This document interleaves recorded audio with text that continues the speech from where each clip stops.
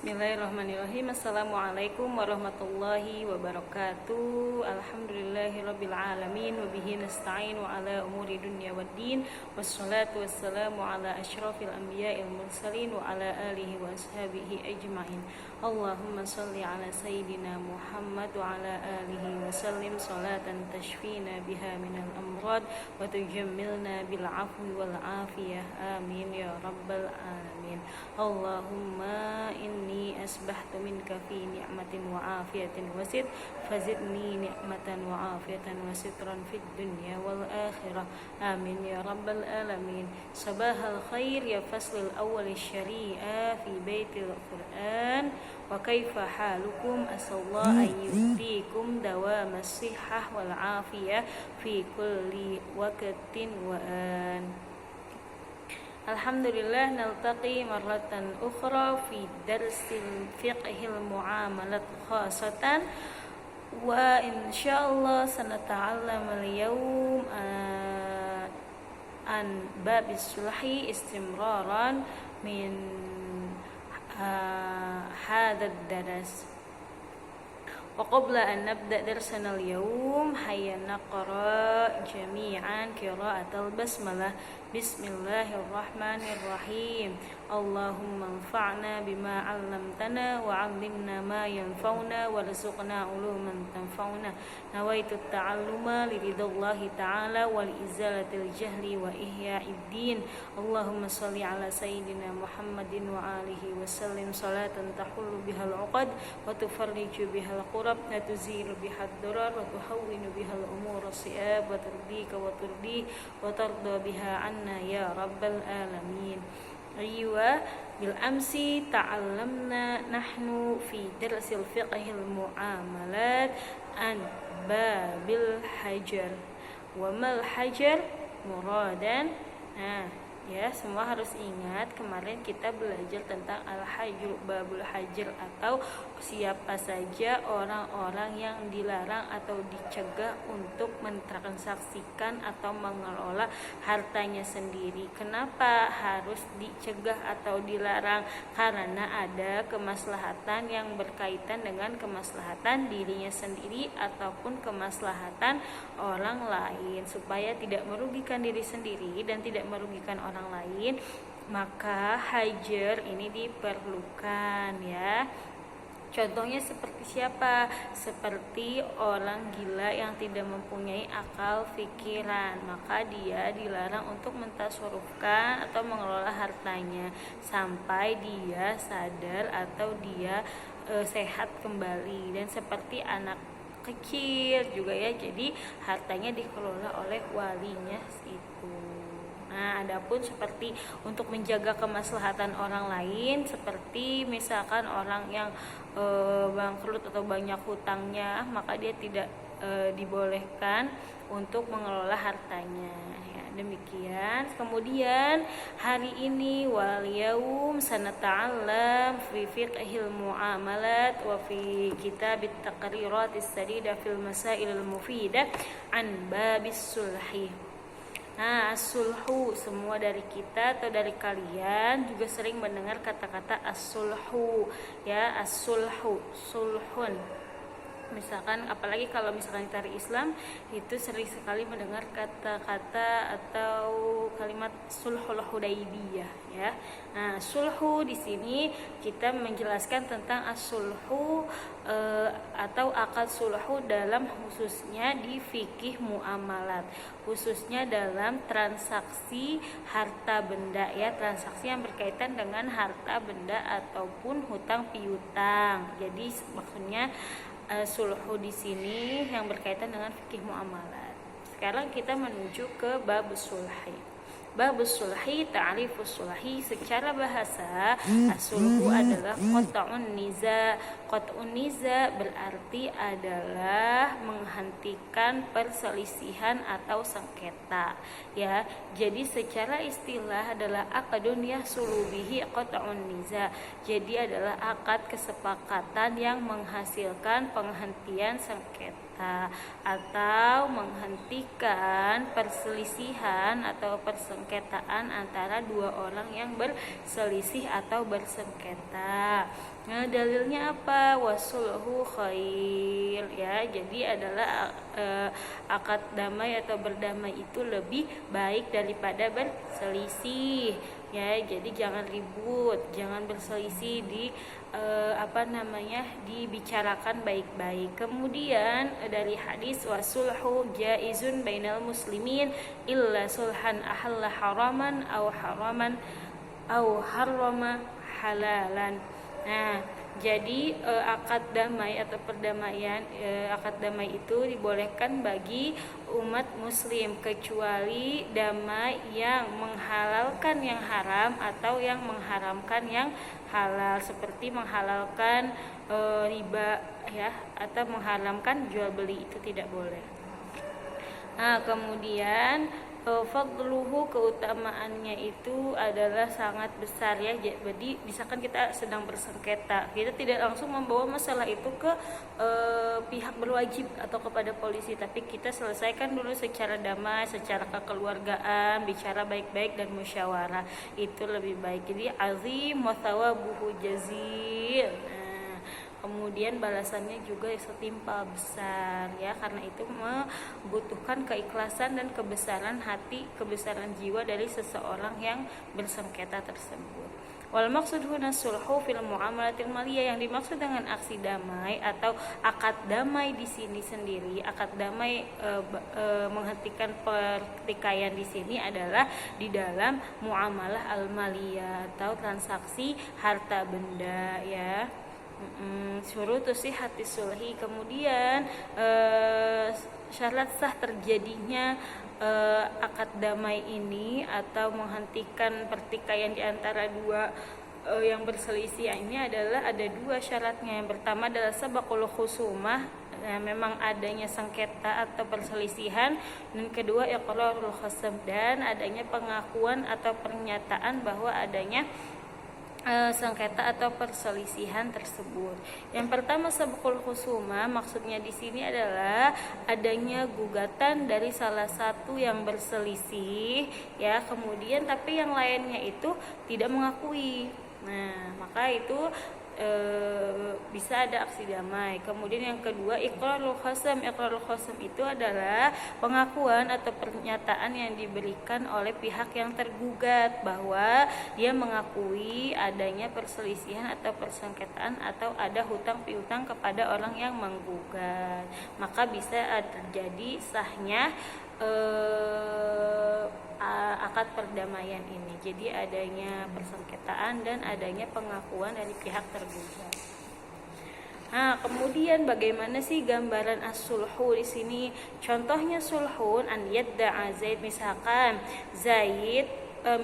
Zaid berkata bahwa Umar mempunyai hutang kepadanya. Jadi Zaid menggugat Amr bahwasannya Amr mempunyai hutang kepada Zaid sebesar 1000 dinar dan belum dibayar, susah sekali membayarnya, gitu ya.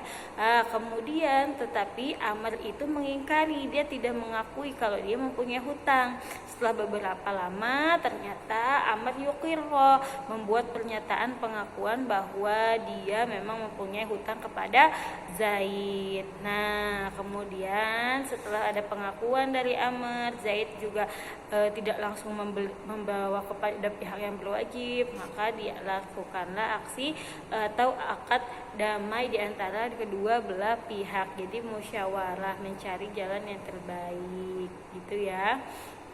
Nah, kemudian pembagian sulhun itu aqsahus sulhi ithnani. Jadi berapa macam sih sulhu ini atau akad damai di antara dua belah pihak, ya. Damainya ini dalam sengketa transaksi keuangan atau transaksi harta benda itu ada dua, ada hatitotun sama muawadah. Hatitotun ini yang pertama adalah hatitotun. sulhul hatitoh, kenapa sumia lidzalika lihittati ba'du haqihi, karena pembebasan barang atau pembebasan hutangnya ini hanya sebagiannya saja, lihittati ba'du haqihi, jadi membebaskan sebagian haknya, jadi hak yang diberikan hanya sebagian. Nah, dan ini bisa dilakukan dalam harta benda ataupun hutang piutang. Nah, kemudian aqsamul sulhil hatito dibagi lagi menjadi dua, yaitu sulhu ibro dan sulhu hibah. Yang pertama adalah sulhu ibro. Ibro ini maksudnya membebaskan, idza jara sulhu ala dain. Tadi kan jadi sulhu ini bisa di dalam ain, barang benda, ya, benda berharga, ataupun dain. Dain adalah hutang piutang. Yang pertama adalah sulhu ibro, adalah akad damai dan membebaskan sesuatu fi ibro. Ya di sini maksudnya jara sulhu ala dain, adalah dalam persengketaan hutang piutang. Contohnya, Zaid menggugat Amr atau membuat pernyataan bahwa Amr mempunyai hutang kepadanya 1000 dinar, ya, dan susah sekali untuk dibayarkan. Jadi Amr ini tidak mau membayarkan. Fayun kiro Amr, tetapi kemudian Amr tidak mengakui kalau dia mempunyai hutang kepada Zaid. Ya, setelah tidak mengakui, beberapa lama kemudian Amr mengakui kalau dia mempunyai hutang kepada Zaid. Karena Zaid orangnya baik, ya. Misalkan kemudian dia tidak mau ada keributan, dia ingin hanya ada akad damai, dimusyawarahkan antara kedua belah pihak. Maka Zaid berkata kepada Amr, "Sholatuka minal alfi dinar allati fi dimmatika ala thamaniyati alif." Sudah, saya berdamai dengan kamu hanya cukup membayar 800 dinar. Jadi dia membebaskan 200 dinar kepada Amr. Tadinya 1000, hanya dibayarkan 800, ya. Jadi namanya ibro, pembebasan dari sebagian hak yang dimiliki oleh penggugat, gitu. Kemudian yang kedua adalah sulhu hibah. Nah, kalau hibah ini artinya pemberian, ya kan, memberi. Jadi di sini jaro ala ain adalah terjadinya di barang benda. Contohnya seperti tadi, Zaid menggugat Amr bahwasannya Amr misalkan mencuri tanahnya, atau mencuri mobilnya, atau mencuri misalkan beberapa pepohonannya, gitu ya. Nah, kemudian Amr tidak mengakui, tapi kemudian Amr mengakui. Kemudian Zaid bilang, "Ya sudah, saya damai dengan kamu bisa mengambil 1/3 dari rumah ini," gitu. Jadi si Zaid malah memberi wahaba ila Amr sebagian dari rumahnya. Itu disebut dengan sulhul hatitoh. Jadi hatitoh itu membebaskan membebaskan sebagian haknya. Jadi membebaskan haknya itu hanya sebagiannya saja, tidak full, gitu. Tetapi dengan kata lain itu sudah sah dan sudah tidak ada permasalahan lagi karena kebaikan hati dari si penggugat ini, gitu. Ya, kemudian bagian yang kedua tadi ada sulhul muawadah. Muawadah sendiri artinya kan pertukaran. Jadi harus ada timbal baliknya, ya. Jadi saya memberi, Anda memberi, gitu kan. Saya memberi, Anda memberi juga. Kalau yang tadi itu hibah, pemberian. Jadi salah satu pihak memberi tapi pihak lain tidak memberi. Kalau yang kedua ini sulhul muawadah di sini adalah akad damai, ya, perjanjian damai yang mana kedua belah pihak itu menerima timbal balik. Uduluhu min haqqihi ila ghairihi ainan kana mudda'i aw dainan. Nah, tetapi mempunyai timbal baliknya di sini adalah jadi berpindahnya hak dengan yang lain. Misalkan dia punya hutang ke saya itu 1000 dinar, tapi saya pengennya dia mengganti ke saya itu dengan misalkan 2 ekor sapi atau 3 ekor sapi, seperti itu yang disebut dengan sulhul muawadah, ya. Nah, jadi sulhul muawadah ini ada beberapa contohnya atau suwarun, beberapa gambaran. Yang pertama, an yakuna bai'an fil ain. Nah, ada juga dengan menggunakan kaidah seperti jual beli. Jual beli itu ada yang barang dengan barang kan, seperti barter, ada juga barang yang dengan ada juga yang nilai dengan barang ya, seperti uang dengan barang.